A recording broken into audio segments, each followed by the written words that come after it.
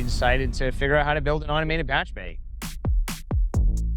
We knew there was another way to do it, which was with relays, but we had initially decided that that was literally an insane idea, so we put that aside. But after getting the feedback, we sat down and thought, okay, could we do it with relays, and what would that look like? To build a chain is really easy. So for example, if you wanted to compare two compressors on a mic, you could just go click, click, click, and go back and forth between the two. I'm Jared Vogt here at the Wolff booth at AES 2024, showing off the Wolff Audio ProPatch 128R. I was born in Boston. I didn't even live there for a full year before they moved back to California, because that's where my parents were from. And then I was only in California until I was 10, and then spent most of my life in Seattle. Started playing music in high school. I think probably my senior year was the first band I was in. All of those guys disappeared off to college like 2 months after we did that, and so it was the end of the band. I didn't work in the music business, but I just kept acquiring gear as a musician. No band. Generally, I was just recording my own stuff. That collection of gear just kept getting bigger and bigger, and so there was a period of time where I looked at how much gear I had and thought, man, maybe I should put together a studio and make some money off of this. And so I built a studio, and it was a very cool building out in the middle of 30 acres on Bainbridge Island in Washington. It was busy all the time. I had an engineer. There was a couple of famous jazz guys on Bainbridge, and so they would just come in with their friends and like book out a week. When that wasn't busy, I can't help but tinker with things, and I would get distracted while trying to do music and think, why doesn't this exist in this piece of software? Why doesn't this exist? Because I had a background in software, I just started working on trying to solve those problems. And that culminated in a plugin company, TL Labs. We started off doing really mundane plugins. Like the first one we did was a metronome, because there was no click track in Pro Tools at the time.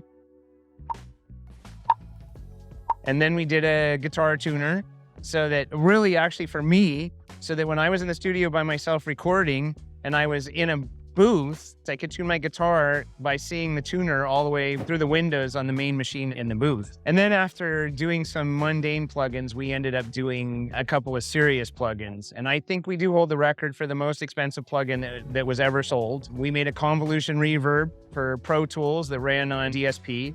And this was early 2000s. We sold it for $1,000. I don't think anything's topped that. Abbott still sells it. I would open up magazines and I would see pictures of people using it. What we never expected is that plugin ended up being used by the movie industry. They have something called room tone, where they go in and take a sound of the room, so when they're going back and doing overdub, they can match that. They started using our plugin to do a filter sweep and capture the sample of that room, so that they could then use the reverb to play overdubs and stuff back in through. So never anticipated that space would become a major movie tool. So then DigiDesign bought that company. When I had my studio, I had 6 or 7 96-point TT patch bays. And as a computer guy, I would sit and look at those and think, why are these not automated? I mean, that just seems like an obvious thing to do. Instead of patching cables, just be able to do it with software. So I had thought about that for a long time. That thought about how do you automate a patch bay came up, and I looked around to see if there was anybody doing it, and I found this guy that was working on one. So I looked at what he was doing and ultimately just decided maybe I'll go and figure out how to build something. So I got a friend who was another software guy, and we said, hey, let's figure out how to build some hardware. We've never done that. We decided to figure out how to build an automated patch bay. It seemed like a fun thing to do. And we learned how to make hardware in the process. When we started with the name DCA. It kind of meant digitally controlled analog, which was like the ethos of what we were trying to do, because an analog patch bay, all digitally controlled. So everything we figured we'd work on would fall into something like that. And we could get a really short domain name, dca.io. Very hard to get when that short. The first version of the patch bay that we did, we built with analog devices. This had this switching chip, this matrix switching chip. I mean, it might be 30 years old. And there were some people that built guitar pedal switchers back in the early 2000s with it. And so we looked at using this as a building block for building an automated patch bay, because it's an analog chip. It does analog switching. We built some prototypes with it, including some pretty big ones. We then met the reality of talking to users. And when we went and talked to mastering engineers and really high-end studios, they immediately said, hey, I mean, that's a great convenience. We will never run any of our stuff through a circuit, through a patch bay that also happens to have a bunch of circuitry in it, which was a bit of an awakening. When we did it, we were not terribly concerned about the fact that it could affect the sound, which again was naive because as we learned, it really does have more of an impact than you would think. And so the feedback we got from that is that there is certainly some people where that would work in their use case, but in the target market that we wanted to go after, it was a non-starter. We knew there was another way to do it, which was with relays, but we had initially decided that that was literally an insane idea, so we put that aside. But after getting the feedback, we sat down and thought, okay, could we do it with relays, and what would that look like? We were on a trip in Nashville talking to a bunch of studio people, and at the end of that trip, we had completely changed what we were going to build. And so over the next couple of weeks, we went through and we already had some building blocks of, how things would be controlled and everything else. But we had to change the whole interior to be able to do this with relays instead of those switches. Why you want to do it with a relay? It's very simple. When you do it with a relay, there's nothing in the signal path. It's just effectively a straight wire. So you can have this lovely digitally controlled analog patch bay where you can guarantee people that you're not doing anything to their audio. So we then embarked on trying to figure out how to build it. I mean, we knew conceptually how to do it, but when you build big matrix, the number of relays that you need explodes. And so we had to try and figure out how we would get that many relays in a box that actually made sense. So it's a kind of a marvel. If you look at the top of it, it's one U that's a fairly deep rack that's completely filled with relays. And there's 1,472 or something in it. So it's a fairly impressive box. Wolff Audio came to be because when I went to Nashville, my chaperone to all of the studios, I was very fortunate. Somebody connected me to Paul. And so when I went to Nashville, they said, you got it. Paul will take you around to a couple studios. I didn't know at the time that Paul literally knows everybody in every studio. He was my chaperone to go. The first day we were there, I think we went to like 3 studios. And these are people that I see in magazines talking about big records, doing all kinds of stuff. So it was pretty nice to get in there and have those conversations. I came back for another trip like 3-4 months later. We'd done a bit more work to go and show the new thing that we had done. And again, Paul took us around to all the different studios. A couple days into that trip, funny story, one of the reasons that we wanted to build this patch bay is we wanted to learn how to manufacture this stuff. So not only were we going to build a patch bay, but we literally were going to do the manufacturing of it down to the pick and place of the boards and everything in it. So we had to go through the whole learning curve and buy the equipment to make circuit boards with all of the stuff that's on it. And just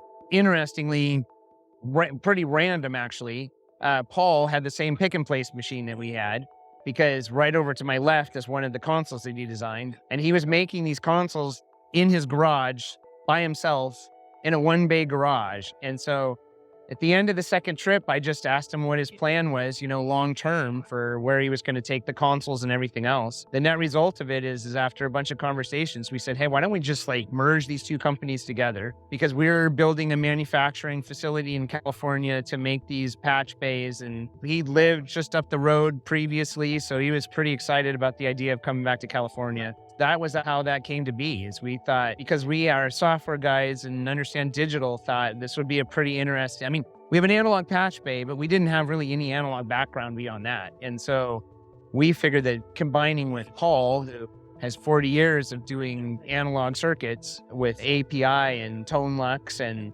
has been involved in lots of other people's products as well, that it would be a pretty interesting thing to bring that analog and our digital together into a series of products. So it's the ProPatch 128R.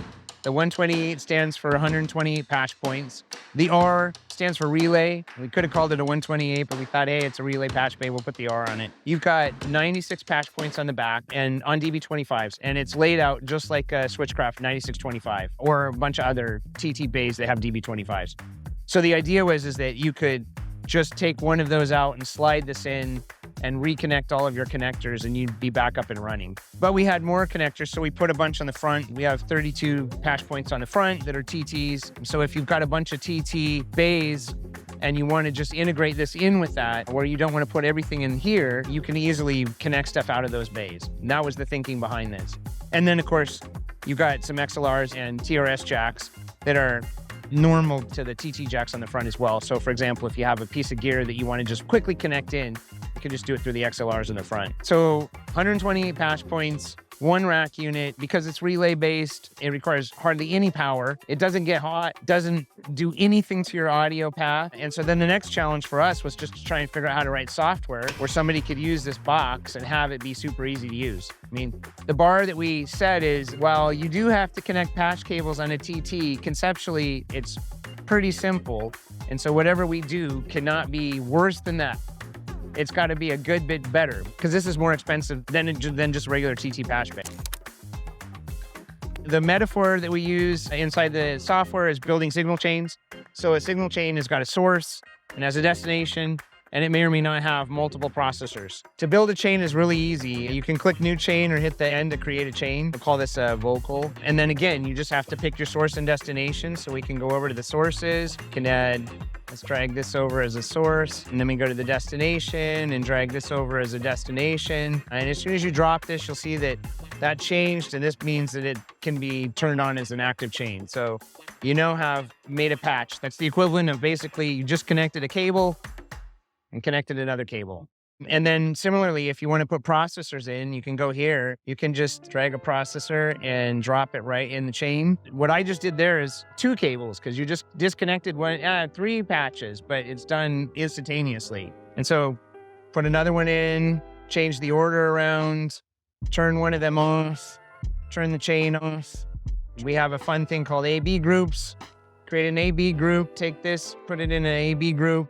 Now you can just go back and forth. So for example, if you wanted to compare 2 compressors on a mic, you just put them in an AB group and you can just go click, click, click, and go back and forth between the 2. And this is just one chain. So you just go, whatever your setup is, you just go through and build all of the chains all of the signal chains that you need. And these chains, you can copy them, you can save them, you can create chains that have the same devices in them. For example, if you have an 1176, you want to use it on a vocal and you also want to use it on a bass, you can create a vocal chain and a bass chain. You obviously can't use the 11.6 on the same time on both of them because it's one piece of hardware, but you could create 2 chains and then just use the chain that you want for that given signal path. That's how you would make yourself presets. When I create a new chain, I could call it bass, then I could go through, put all of the processors that I want to use on the bass on that, and then it's just a saved chain. And at any point in time, you can go to all of your chains and call up the one that you want to use. We decided to figure out how to build an automated patch bay, mostly because I just really wanted to have one.